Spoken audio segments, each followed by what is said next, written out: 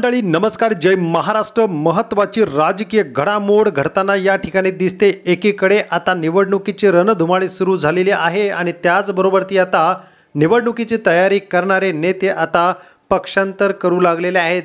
तर एकनाथ शिंदे मुख्यमंत्री असताना ज्यांनी सत्तेसाठी स्वार्थासाठी त्या ठिकाणी उद्धव ठाकरेंची साथ सोडत एकनाथ शिंदे यांच्या पक्षात गेले, आता मात्र त्यांची चांगलीच धास्ती वाढलेली आहे। एकीकडे भारतीय जनता पक्षाचं या ठिकाणी काटेकोर लक्ष आहे आणि त्याचबरोबर ती आता एकनाथ शिंदे यांच्या नेत्यांमध्ये आता सोडण्याची तयारी झालेली आहे।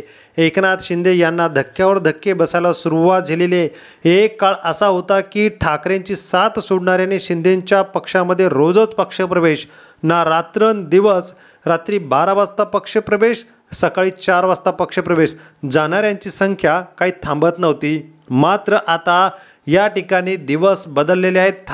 ठाकरे बंधू एकत्र येत असतानाच या ठिकाणी मनोमिलनाचा कार्यक्रमही सुरू झालेला आहे। मुंबईमध्ये राज ठाकरे आणि उद्धव ठाकरेंची ताकद चांगल्या प्रमाणात आहे, तर उद्धव ठाकरेंची प्रतिमाही जनसामान्य माणसाच्या समोर आहे।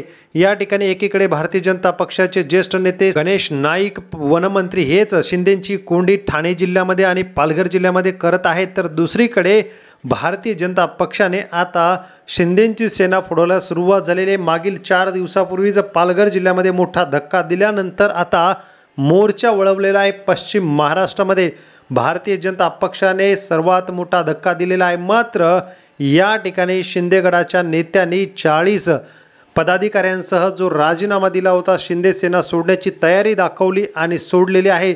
त्यानंतर मातोश्रीशी संपर्क साधण्याचा प्रयत्न केला, मात्र मातोश्रीवरून एकच निरोप गेला, अडचणीच्या काळामध्ये उद्धव ठाकरेंना सोडणाऱ्या आणि गद्दारांना या ठिकाणी पुन्हा पक्षप्रवेश दिला जाणार नाही।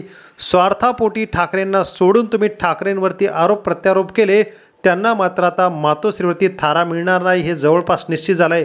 शिवाजी सावंत माजी मंत्री तानाजी सावंत यांचे बंधू, शिवसेनेचे जिल्हा प्रमुख, सोलापूर जिल्ह्याचे एक प्रतिष्ठित बडे नेते म्हणून त्यांच्याकडे पाहिलं जातं आणि यांनी आता शिंदे सेनेला सोड चिठ्ठी दिलेली आहे आणि मातोश्रीने पक्षप्रवेश नाकारल्यानंतर आता त्यांच्याकडे एकच पर्याय उरला, तो म्हणजेच भारतीय जनता पक्षाचा।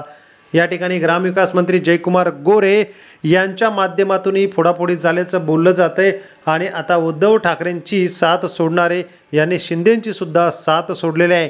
येणारा काळ शिंदे सेनेसाठी हा फार अडचणीचा आणि सोडचिठ्ठी देणाऱ्या लोकांचा असेल असंही भविष्य या ठिकाणी दिसत आहे। त्यामुळे आता मात्र शिंदे सेना फुटायला आणि गड ढासळायला सुरुवात झाली आणि घर का भेदी लंका डाय असं म्हणायला हरकत नाही।